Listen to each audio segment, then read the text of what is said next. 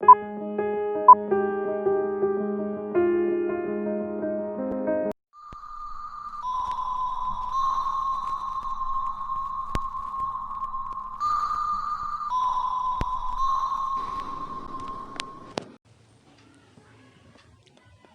very good noon to one and all.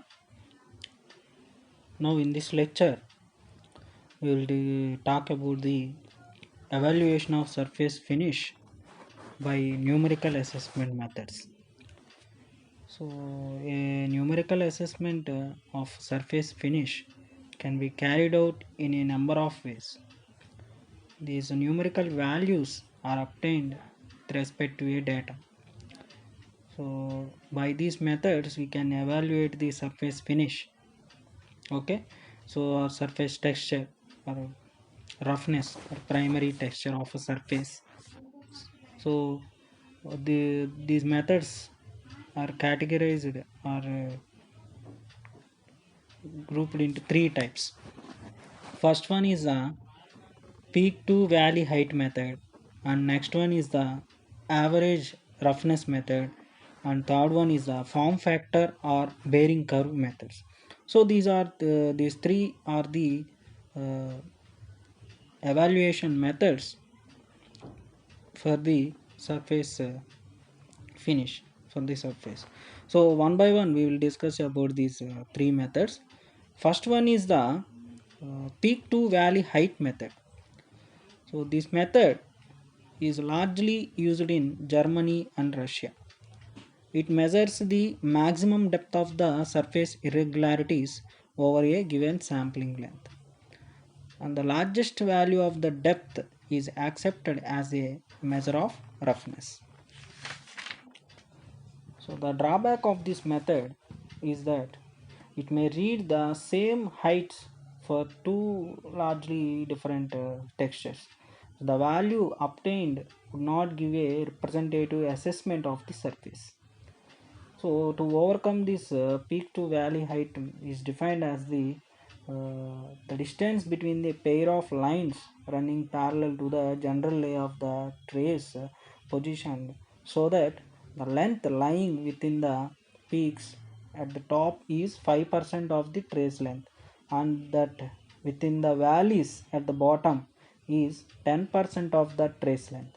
So this is represented in this figure clearly. So this is the peak to valley height method. Okay, and the next one is the average roughness method. So for the assessment of average roughness methods, there are three sub methods are there. So first one is the CLA method, and next one is the RMS method, and next one is the 10-point height method. And the first one is the CLA method. So in this method, the surface roughness is measured as the average deviation from the nominal surface. So the central line, CLA means central line average method or arithmetic average method, which is defined as the average values of the ordinates from the mean line regardless of the arithmetic signs of the ordinates. Okay, the CLA value is calculated with the formula H1. So arithmetic average means H1, different heights are there, na? So H1 H2 plus all the sum of these values average with number of values. So H1 H2 H3 up to Hn, so by divided by n. So this is the first formula to find out the roughness value. Okay, so and the next if we want if we know about the areas, then we will find out the CLA, that means roughness value is a1 plus a2 plus a3 plus up to an by sampling length, so L. So where L is the sampling length. So the calculation of CLA by using these equations is facilitated by the planimeter. So CLA value measured is preferred to the RMS value measure, because its value can be easily determined by measuring the areas with the planimeter, or graph, or can be readily determined in electrical instruments by integrating the moment of the stylus and displaying the result as an average. So next method is RMS method. So root mean square method. So in this method also the roughness is measured as the average deviation from the nominal surface. So root mean square value measured is based on the least squares. So see this figure. So RMS value is defined as the square root of the arithmetic mean of the values of the squares of the ordinates of the surface measured from the mean line.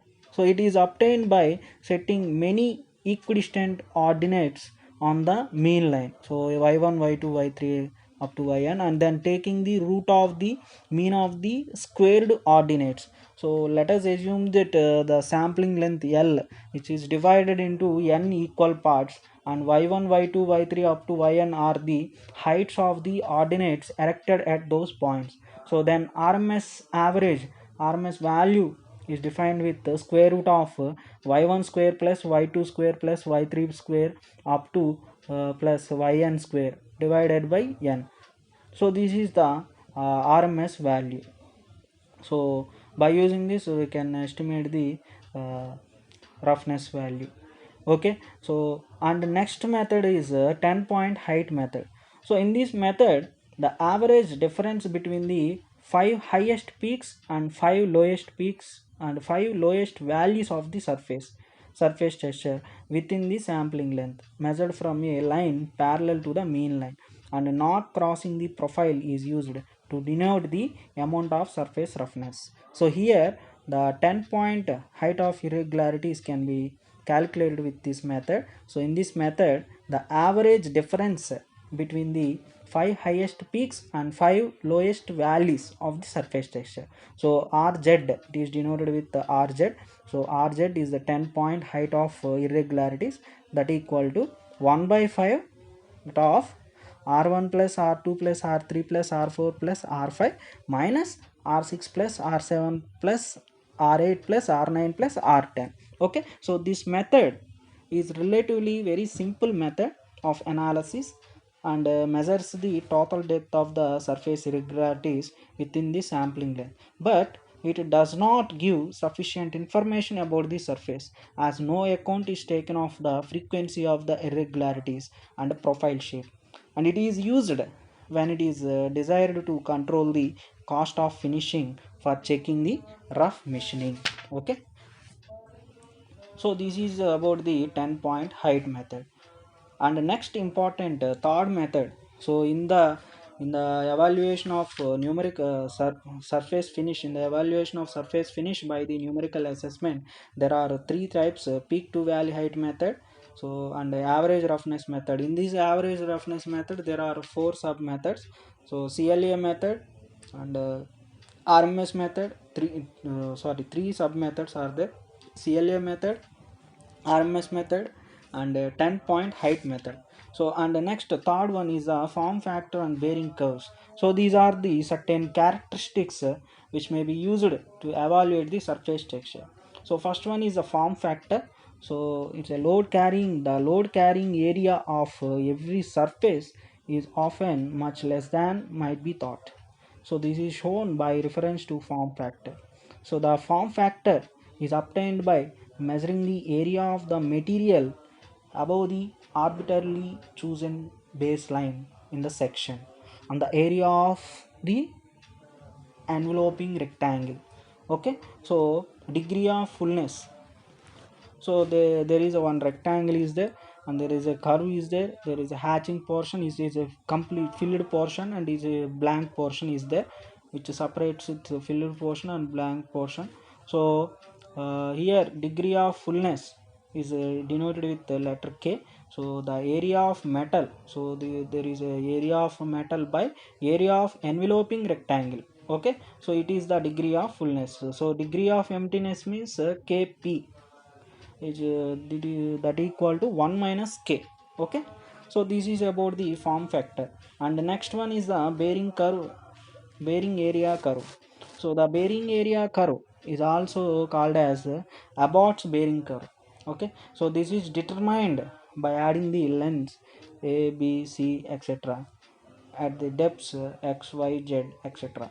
So below the reference line, and indicates the percentage bearing area which becomes available as a crust area worn away. So this figure indicates the method of determining the bearing curves. Okay, so this is the complete information about the numerical assessment of evaluating of surface finish by using the numerical assessment. Okay, so I hope everyone understand this lecture. By using this lecture, in this unit, in this concept, surface roughness concept, we have some numerical problems is there with the help of average roughness methods, that means CLA method, 10 point height method, and RMS method. We have some problems are there. So in the next class we will discuss about the various problems in the surface finish, whereas problems for calculating the surface finish. Okay, so I hope everyone understand this lecture. So stay home, stay safe. Thank you. Bye.